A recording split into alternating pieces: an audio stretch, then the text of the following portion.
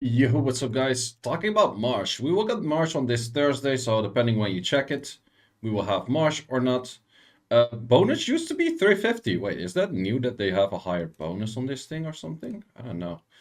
Wait, let me actually check. Well, this is not my normal team, but apparently the 350 as well. But it kind of makes sense to have it slightly higher. Okay, so I guess it's around like 395-ish, something like that for the bonus. But this is of course not the team that I will use. I actually will not use Karambit either. Karambit is my main damage dealer here on this account. But in this case, I'm not going to use that. So the team you mainly want to use is going to be a healer and then 2 damage dealers or double healer. That is most likely what you're going to use. And the reason for that is that the enemy will steal your buffs. So if you bring in your Bastet and that kind of stuff, it will start stealing your buffs. And that is very annoying. That's absolutely not something you want to have in there. What was my second damage set on this account? I haven't played this account in a while. I think this was the second damage set. So I don't really have good damage dealers. You can also see that my power already is higher on the NA account. I don't even have... Oh, I do have enough power with this. So yeah, this is the team. We all have pretty much 2 damage dealers and 1 healer. However, in this thing, you don't really want to spam your stuff too much. So I will talk more about like team comps later. What kind of healers can you use? What kind of damage dealers can you use? All of the units you're probably familiar with here, except for Narin Ha, that is a unit from the collab. So in this case, this is where Marsh is at. We start off with just a bunch of damage. Marsh will actually target one character that will start like getting all of the buffs. So she will transfer debuffs to that unit that has that debuff on it right now. So in this case, it's one of my characters, and what you mostly want to do is then kind of save your healing. Also, you don't really want to spam all of your skills here all the time. You kind of want to save your skills to be able to heal potentially. And with that, we're actually doing a shit ton of damage in here. Did we skip the mechanic just now? Okay, we didn't skip the mechanic. But at some point, she will transfer all of her debuffs onto you, and at that moment also steal all of your buffs. If that happens, she is going to one-shot the target that she's actually hitting. So it's very useful to have like a revive unit in there to do anything like that. With these snakes, if you touch too many of these snakes, you actually get your cooldown up. I see one of the people transfer some units right now. Okay, in this case, you always want to stand together when that skill happens. Okay, so many things happen at the same time. But I saw one of the other guys transfer or switch one of his units. So therefore, you definitely want to be careful of like that transfer of buffs and immediately start healing at that moment. So in this case, what just happened? She goes in the second phase. And in the second phase, she is going to hit all of those things. If you don't stand on your own unit, so this is an AoE you have to hit, then you actually pretty much, well, your units just insta die. So the damage is spread the moment that more people are standing on it. The moment you already have all of those characters back, immediately start healing. That's why you want to have all of the units as stacked as possible together as well. And for that reason, the units just don't die as much. Plus, you immediately be able to heal rather than your damage dealers getting unlocked first and then other stuff happens. So in this case, you have a lot of those AoEs. You stand on the edge and then you do that. So if you see other people getting damage, most of the time you kind of want to heal. When that skill happens, everyone just takes straight up damage and you always want to heal after that. So in this case, you can see the transfer, and the transfer was a lot of debuffs. Like that was an armor break 10 and that kind of shit. If you started doing damage after that right away, you would have been fucked. Like a Juno is pretty good for a counter measurement against that. So in this case, I had to heal early. I hope one of the other guys still has a heal. They still do. Okay, in this case, it's kind of tricky where can you actually still dodge. But you kind of have to find your way of where you have to dodge in. So we haven't seen one mechanic yet. And I think I actually don't want to do too much damage because I do want to see that mechanic so I can explain that. So I'm actually kind of chilling right here. Otherwise, I would have spammed ult, of course. But, or is that mechanic just straight up removed? I don't know. Or is that other mechanic? Why don't we see the other mechanic? I don't know. Well, we just killed it right there. So that's pretty much how a Marsh run goes. There is one more mechanic. And I will ask my friend if the mechanic is actually gone or we have to do a rerun. So what you get from this, you actually get vampire runes, you get despair runes. This is your only place where you get these 2 runes. So that is pretty useful. And then you, of course, get the materials and that kind of stuff. And decent amount of gold, what you get right now. So, and that was actually close to my fastest run that I did before. Okay, so I just asked, apparently we had too much damage so the mechanic doesn't happen. But what you can see here, there's certain doors here. So the moment she goes in one of those doors, you have to dodge. Like she gets an AoE that pretty much crosses like 60% of the field, but it always comes from one of the doors. So I will show in the next run. So what you can see for units, talking about units, you often see people using Shushu's, Annabelles as healer. Juno is a decent healer too. The only thing is Juno is a terrible healer if there's no debuff. So Juno is only a good healer for the moment of the transfer. In the other cases where you just get that hit that does like 60-70% AoE damage, Juno's gonna do jack shit. So you kind of want a Shushu for that or an NFL for that rather than a Juno. But Juno can kind of do. If you don't have Shushu or an NFL, Lulu is a very good option. And then talking about the damage dealers, well, Argon is by far best, so Argon is once again used. Now in Hub, we don't have in EU or in Global, so that is pretty much an Argon, but then a Mage and Water. Other units you could use are like Thessarion, Helia, Theomarses, Naomi's. Those are kind of your damage dealers. You could say, for example, at the buff transfer, you use a segment to strip all of that stuff. It is an option, it's not that great. Also, you kind of have to, if you take in a Shushu, there is a buff transfer moment. So buff transfer moment means that the boss will steal a immunity as well. For that case, definitely having like a Juno strip or a segment E, something like that is kind of useful. So be careful with Shushus in here. Shushu is actually not the most recommended thing, but yeah, if you have it, just keep in mind that you have to strip something. Aspinall is actually a thing that can strip for you. So in this boss, you definitely don't want to spam all of your mana towards doing as much damage on like Argon, E-spam, and that kind of shit. You kind of want to save your mana and link your healer, at least that's what I mostly do. And, well, if at least one in the party has to do that. If one in the party heals all the time after all of those AoEs and that kind of stuff, it is good, because otherwise your healers are just going to spam heals at random moments. This is definitely a raid where you want to have your healer locked rather than your damage dealer locked. Sure, if you have a very good team and you just hella out damage the shit out of this thing, sure, you can all go for like damage locking and that kind of stuff. But if you're running with like not that much damage, if you're running with puck teams, for example, like especially if you run with like people you don't know, definitely go for that healer in. For me, actually, I have the very first clear on this server in the Hall of Fame in NA. And the reason that we got it was because everyone was running like double damage dealer, one healer and that kind of stuff. And our team, I was actually having double healer and then one damage dealer, and then the two other guys actually had double damage dealer and then one healer. So I had NFL linked to heal every time I needed a heal, but I also had Lulu healing like a backup heal. And then my unit of damage was Naomi or Karambit. So Karambit kind of works, but you get speed buff and that kind of stuff, and you don't really need that at all. So let's see, this one is kind of low level, but it's pretty fine as well. So let's go for another run. I think Alucard's like scaled down his damage a little bit as well, so we have the other mechanic going in too. So let's see how that goes. We still see like a bunch of Shushus. Like the moment people have Shushus, they mostly don't have Lulus. So for that reason, that happens. I'm also not 100% sure who gets the buff transfer. At first, I think it has something to do with the first person that walks in. So the first person that walks in actually gets the buff transfer, either on itself or one of the units. So in this case, you get those high stacks of whatever. You definitely want to get those healing in. In this case, I hope one of my other guys heals. So definitely for this boss, I've seen people not do it in Naraka. So in this case, we had the buff transfer, so it didn't transfer too many useful things. In Naraka, I see people not stacked on each other. In this boss, you really want to be stacked on each other. If you're not stacking with each other, you're fucked.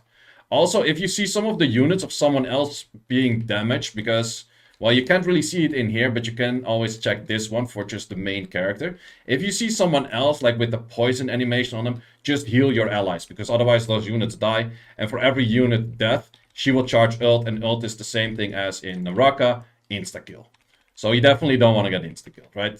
So, okay, let's do some more damage. I'm still locking this. I'm still not using my mana. The moment I see that switch going, okay, we want to stack all of the units together. We had one idiot not stacking the units. Me and Alucard were actually stacking the units.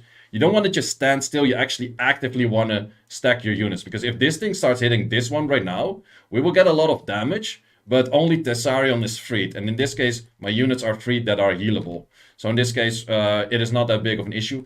Also, Kinas are pretty good here because you always have a heal. You're not bound to your units to be healing you and that kind of stuff.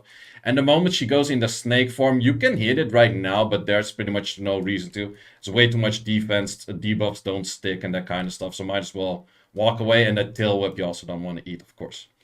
So then going into the boss once again, stacking together, because well, it's better to stand with 3 people on a bad spot than solo on a good spot. That's definitely something you want to remember, because it's better with 3 people to make a bad call than you making a good call but you standing alone in most cases.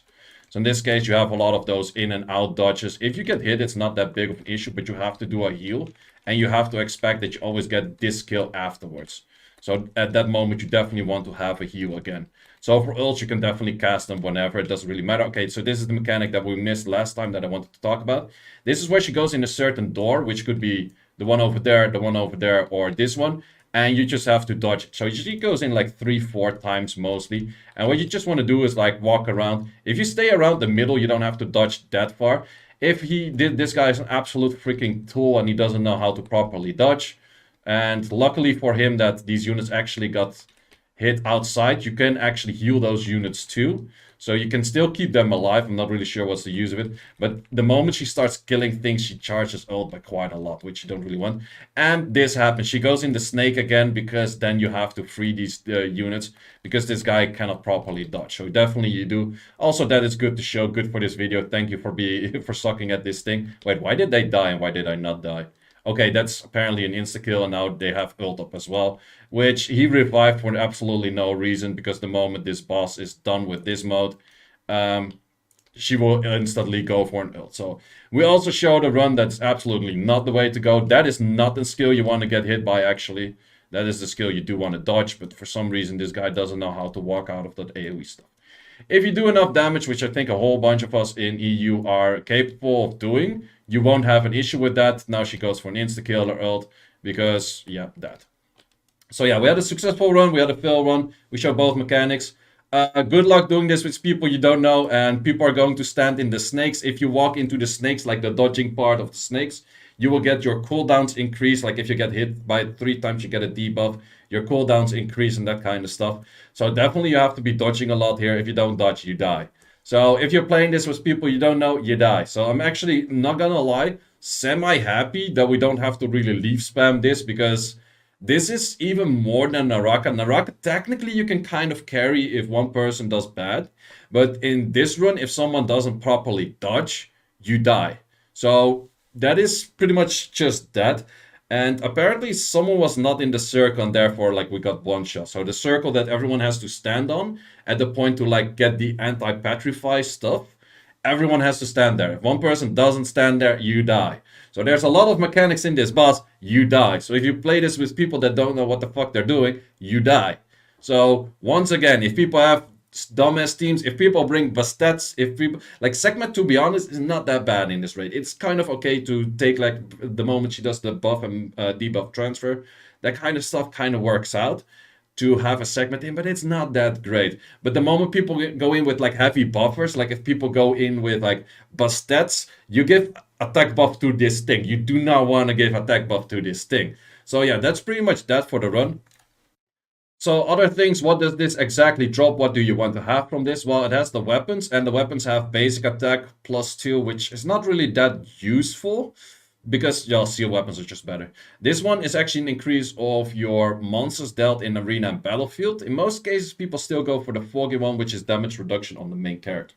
Then we also have the accessories, and the accessories are the good part, because the accessories give a decrease of the damage that your monster take by 11% in arena and battlefields, which is by far the best PvP set that you can have for accessories. So definitely, probably most people will go for that, I guess. Then afterwards, we have vampire runes, and we have the despair runes that you can get from here. Vampire runes, I'm not really sure if they're that good. I don't think that many people use them that much. But despair runes are for sure very good. Units with multi-hit, for example, Juno's Q is multi-hit. Feng Yang E is multi-hit. I think it's E at least, but there's a bunch of things that are multi-hit, and you definitely want to have those for. So then again, what do we have in the exchange shop for this one? We have pretty much the same stuff, but this case it's different. You can only buy weapons at a 5-4, and it goes from 5-4 to 6. So if you're lucky, you get a 6 right away. And you only have one tier that you can buy. Afterwards, you can also buy runes. So in this case, I'm not entirely sure what's the difference between... Oh, you can buy 6-star runes and you can buy 5-star runes. In that case, definitely we won't get 6-star runes yet right away. Do not buy these runes on 90 for sure. Just wait with your points and buy them on 150. That's definitely a thing. For accessories, you could kind of buy them until you have like the accessories that you want. You might even like give it an attempt to go for a to luck sack that you get a 6 rather than a 5-4. Let's look at the stats that you get on those weapon. Man, there's so many explanation marks here because they don't pay on this account. Let's see what we have over here if we want to upgrade them. So we have the 5-4, the 6, and then a 6-2. And you need seal material for this right away. So technically, if you buy a lot of these weapons and you sack them to a 6, you save seal material. You still have to get the 6-2 at some point, but you save quite a bunch of seal material by not having to get a 5-4 to a 6 first and then a 6 to a 6-2. With this upgrades, I would recommend you to check like, okay, what are the substats? Because in all honesty, it's better to get a 6-star with crazy good substats. 5-4 I wouldn't do, but 6-star, if your 6-star is crazy good substats, I would keep your weapon at 6-star and not make it 6-2. Because with 6-2, as you probably have noticed by now, you can lose all of your good substats in it. And even the rolls can be messed up. You could go for like 4 S tier, whatever rolls to like all D tiers and C tiers and whatnot. Also, the materials are just seal, so you need a lot of seal materials for this to upgrade it. Sure, you also need the Marsh material, but it's mainly steel material that you will be stuck on because Marsh material we can kind of spam with leaves still. It's going to be a lot harder, but it is possible. So seal material is definitely the material you're going to be stuck on. So don't waste this too much. Really check like, okay, what items do I want? In which order do I want to get them? And therefore also what do I want to do with them? You can also do your sub weapon or pretty much any weapon. You can make them 6-2 if you want to. So for example, let's say you have a foggy weapon and I have, for example, my dark weapon is still foggy, that is 5-3. With seal material, I could already make it a 6 if I would like to, and I can even make it a 6-2 if I would like to. However, keep in mind that you still have this thing in there and not the one that is from seal. That's actually very good. But I might be tempted if I never get a dark weapon or you never get a specific weapon and you actually use it quite some. You could choose to be like, okay, fuck it, I'm just going to make this a 6-2 and I just deal with it that way. That is definitely an option that you could go for. Then again, you could maybe check like, okay, which one of those weapons would be most interesting for me to make 6-2. But you can make all weapons 6-2 at the moment that we have seal fully.